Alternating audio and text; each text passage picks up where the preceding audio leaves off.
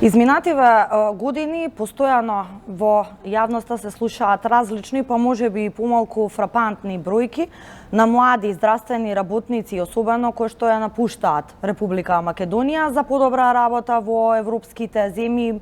Конкретно според статистичките податоци и таа медицинска мека или лекарска мека, ако може да се нарече, е Германија. Меѓутоа, во студиото, отвореното студио, мој гостин е млад доктор Марко Костовски, кој што пак за волја на вистината, она што е препознатливо кај него е неговата одлука да остане во Република Македонија, тука да се бори да се гради како иден доктор и специјализант. Марко, најпрво, добар ден и добри дојде. Благодарам за поканата. Така, оно што го кажав во најавата, кај тебе е интересно што сега веќе си на специјализација, чинам за микробиологија. Микробиологија со паразитологија, да. Така, веќе години наназад се усовршуваш во студиите, исто така треба да се напомене дека си првенец на генерација по општа медицина и знаеш да кажеш дека и тоа како му е потребно подобрување на образовниот систем во Република Македонија. Се уште ли стоиш на овој став и што треба да подобриме? Еве, низ призмата на млад лекар. Секако дека реформи во образованието се потребни и секогаш ќе остане тоа дека ќе мора да се подобрува и понатаму, бидејќи никогаш не може да биде најдоброто, но простор за реформи во образованието секако дека има и секогаш ќе има. Најпрво би сакал да го споменам начинот на образование кај нас. Ќе говорам само за медицинското образование, односно за образованието на универзитетите, односно поконкретно на факултетот по медицина. Како што сите знаат, веќе е имплементиран кај нас одамна Европскиот кредит трансфер систем, каде што многумина знаат да го осудат како пропадната инвестиција или како неуспешен модел на медицинско образование, но според моје мислење тоа и не е така. Најмногу бидејќи сметам дека имплементацијата на овој Европски кредит трансфер систем не е целосна, односно не е комплетна. Затоа секако е потребни се два протагонисти, како професорите кои што треба да го имплементираат, но и ентузијазмот кој што треба да го покажат самите студенти на медицина.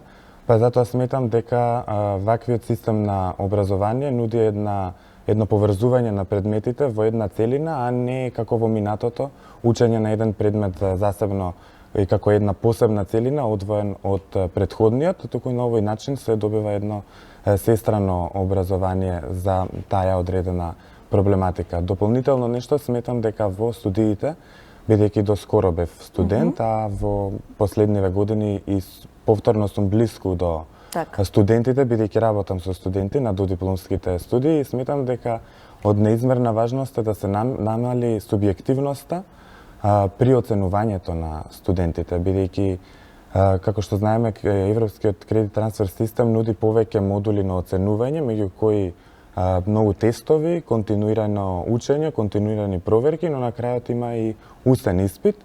Сметам дека тој носи сам по себе голем процент во оцената. Сметам дека токму субјективноста кај професорите во однос на евалуацијата на знаењата кај студентите е многу варијабилна и исходот од испитот на самиот студент зависи од тоа кај кој професор полагал.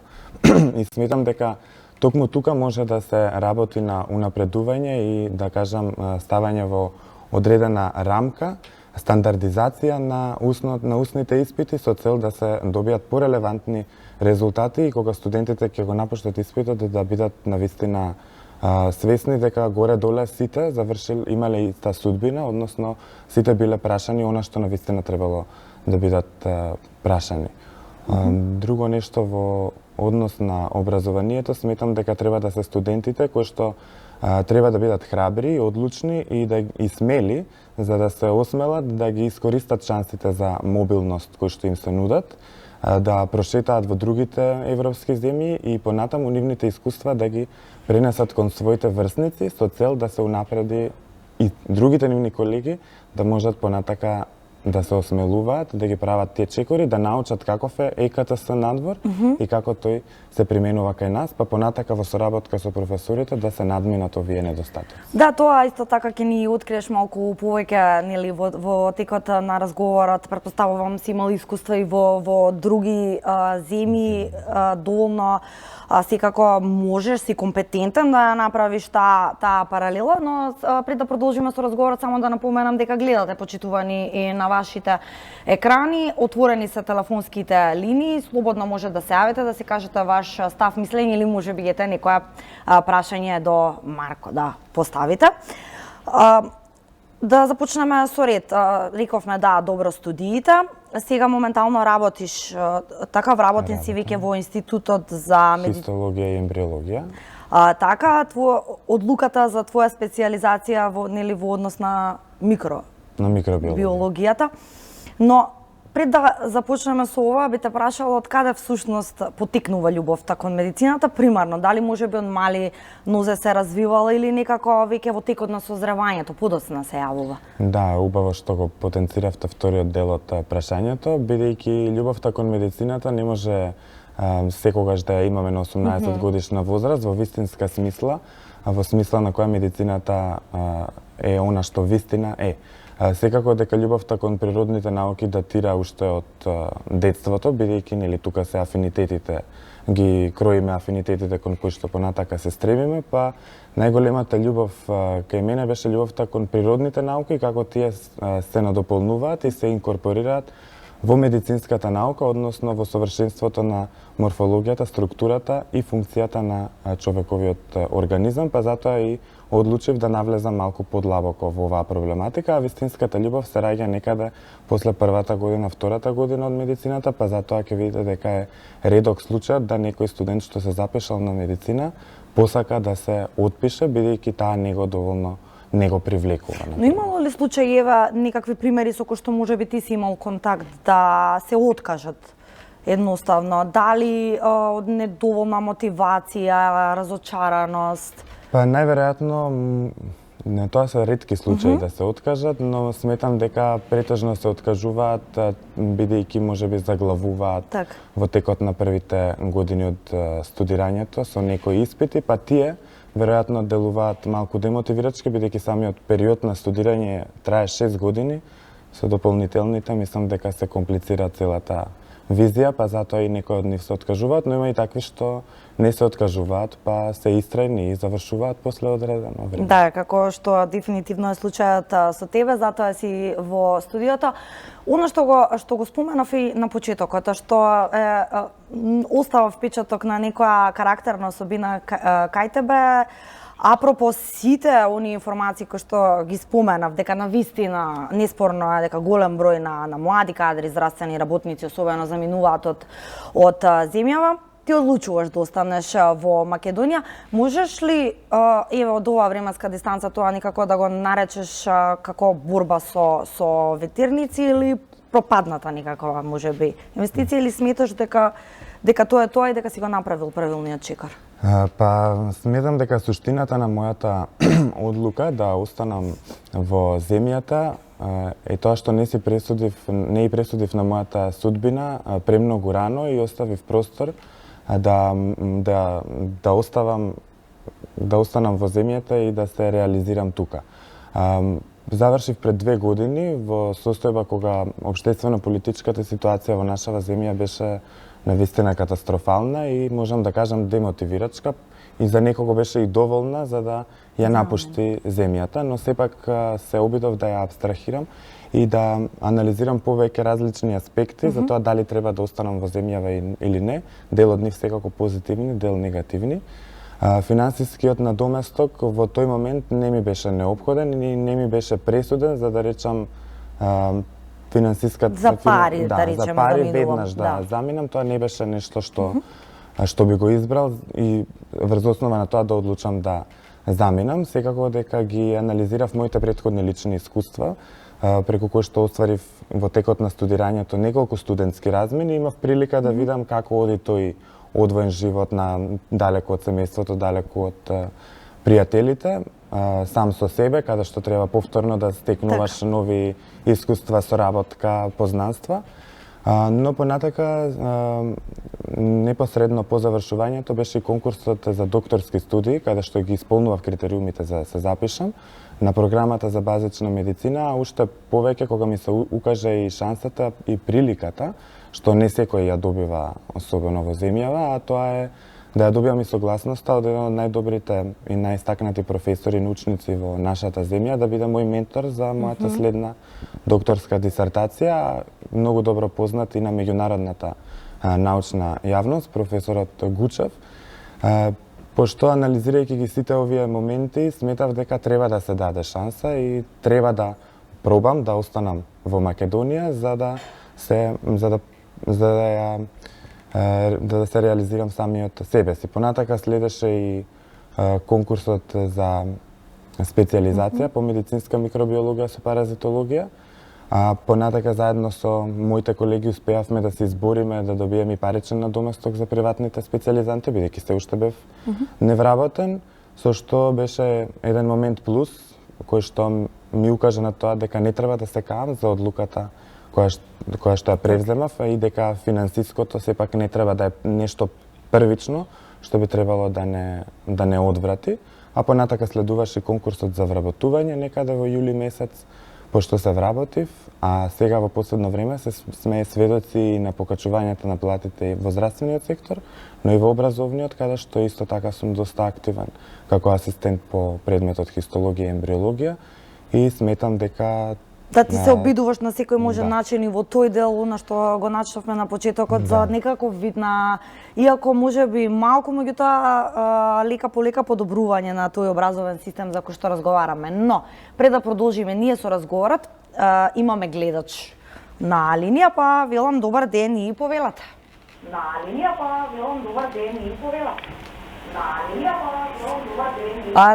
Само пред да се слушаме супер, меѓутоа ќе ве замолам да го намалите тонот на вашиот ТВ приемник за подобро да се слушаме и да го нема тоа ехо.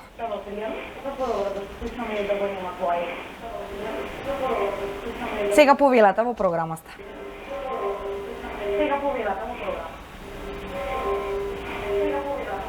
Се слушаме ли? Очигледно не можеме да оствариме добра телефонска врска. Сега веќе имаме и следен гледач. Добар ден, повелата. Повелата во програма сте. Ало, добар ден. Да, повелата, ве слушаме. Благодарам на... Па вака, што е потребно прогресивните млади лекари да останат? Не само младите лекари, но и младите инженери, правници и сите останати млади луѓе. Не е толку проблемот во Македонија плата. Да, се работи за ситни пари. Во Македонија нема владење на правото. И младите луѓе не сакат едноставно да се глават овдека. Некој си дојди во моја партија ако сакаш да бидеш вработен, ако не за тебе нема работа. Добро, да, сега зборуваме само за во однос на медицинскиот дел, мислам, нели за здравствените работници. Повелат. Што здравствените инженерите, што врете. Само по партиска линија може млад човек да отиде на специализација во друга држава. Младите луѓе не сакаат такви работи. Значи едноставно не сакаат да се вржуваат со партии, сакаат слободен живот, некој да не бидат зависни од некого, да кажеме, некој си политичар тамо, ситен политичар кој да кажеме дојде на власт од ништо нигде и да оценува никога. Од подценувачки е тоа за Македонија. Најголем проблем е подценувањето. Во ред. Ви благодариме за вашето јавување во интерес на времето и секако ви ја разбравме поентата, но еве токму заради тоа во студиото имаме еден млад лекар кој што не е вработен по партиска линија и заради тоа ги отвараме и дискутираме сите секако опции. Ние ја раскажува својата животна приказна. Имам уште еден гледач на линија, па ќе му стапиме простор, па ќе се вратиме на разговорот со Марко. Добар ден и повелата. Се искочил гледачот, во ред, ајде, онамо каде што застанавме, да, твојата визија во однос на подобрувањето, она што мене ме интересира. Како што споменав, си членувал, си бил дел и од многу студентски организации, си имал можност да видиш како функционира цел тој систем во другите поголемиот број на европските земји. Може би е неблагодарно прашањето да те прашам да направиш паралела, бидејќи знаеме дека сега како европските земји се поразвиени во тој однос.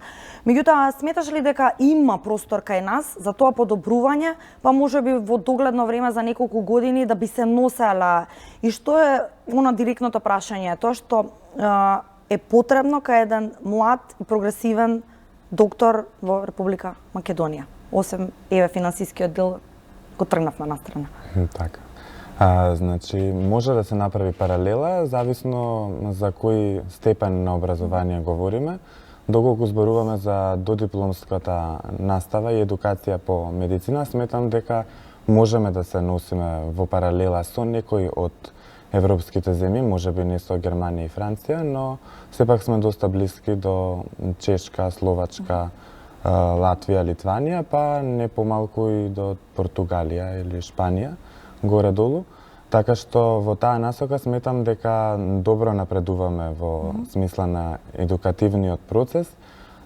Доколку говориме за едукацијата на специјализациите, тогаш, особено за здравствената едукација, веќе таа е стручна спрема и стручен аспект на професијата. Во таа смисла сметам дека има многу простор за подобрување и тука е многу битно да се испраќаат младите во европските земји за да ги земат идеите од таму, но кога ќе се вратат не се прашаат како поминале, како што сум имал случаи до сега, нити како било таму, нити дали е можно нешто од тоа да примениме кај нас, туку напротив да се слушнат нивните искуства, да се слушнат нивните нови идеи, кои што ги имаат неретко и не сите млади луѓе имаат некои проникливи идеи кои што би можеле навистина да се имплементираат и да не бидат сосечени во корен во нивната идеја, односно да не бидат супримирани. Сепак сметам дека треба да им се овозможи една поволна клима во која што младиот човек ќе се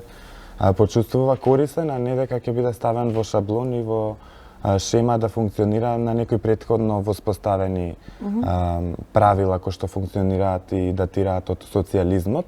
Сметам дека не само што треба да има младиот доктор за да придонесе и за да остане тука, туку сметам дека треба да се запрашаат и оние кои што даваат таа едукација и да го напуштат она во наше време вака беше, па сега вие ќе видите како ќе биде.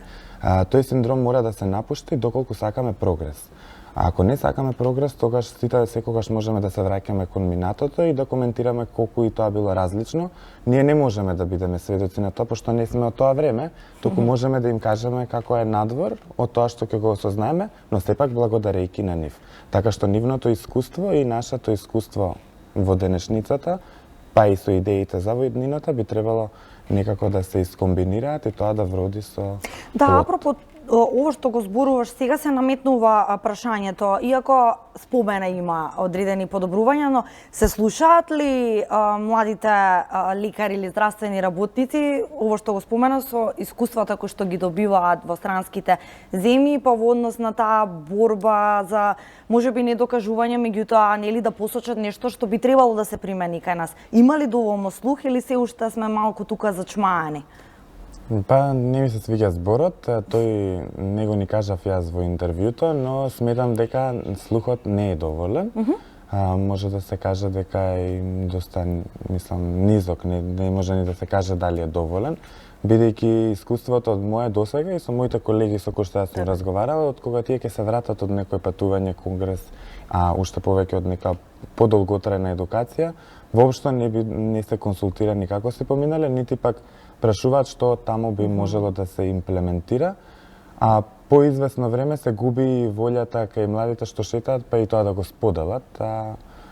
Има и едно тврдење од порано што датира дека знаењето се краде, не се дава и тоа треба конечно да се напушти за да секако видиме некој прогрес и за да учиме едни од други, бидејќи во медицината мора да работите во тим ако сакате да бидете успешни и сметам дека и во странство и во овие развиени европски земји тимската работа е многу битна и таа ги води кон успехот додека кај нас таа недостасува и е испреплетена со најразлични меѓучовечки односи. Можеби треба да се тргнеме малку од тие меѓучовечки односи и додека сме на работа да размислуваме на поинакви фреквенции, а сето она што останува недокажано можеме да го бистриме после работа.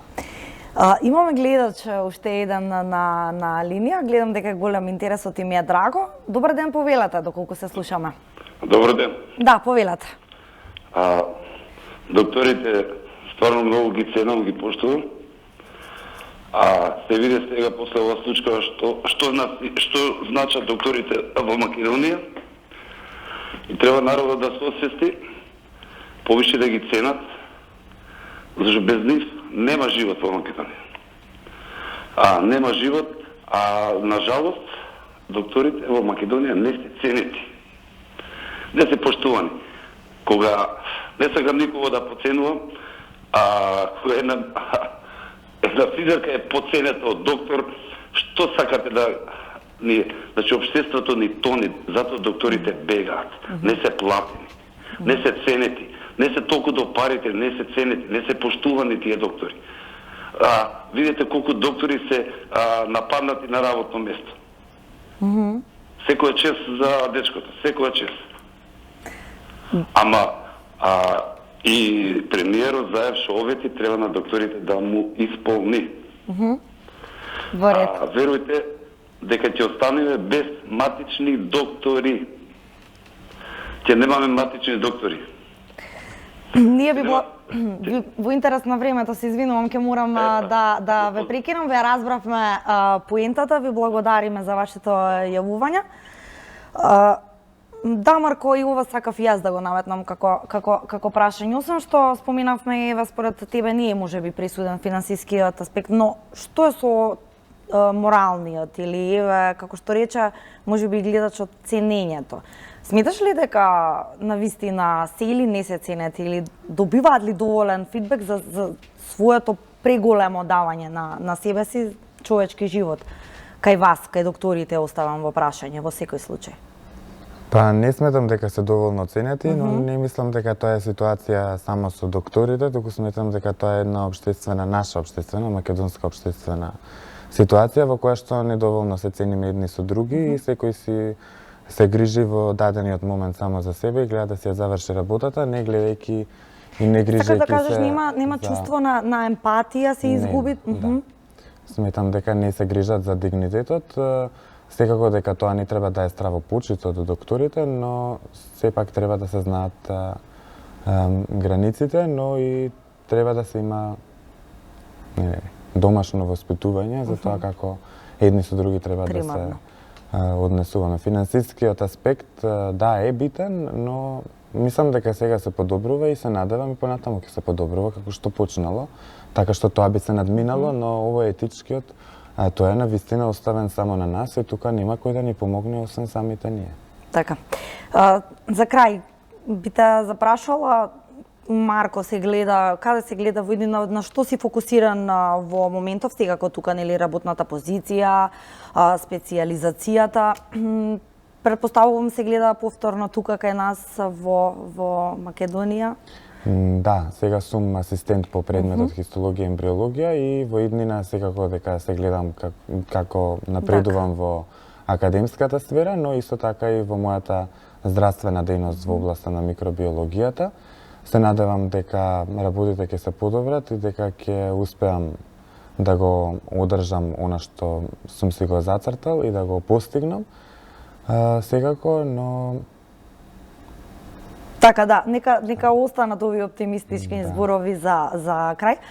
Марко, аз ти благодарам што беше дел од отвореното студио 1. Си направивме еден мал дел од секако од многуте аспекти во однос на она што ни е потребно и секако малку одблиску ни долови какви се видувањата на еден млад и амбициозен лекар. Секако ти посакуваме и многу успеси во иднина.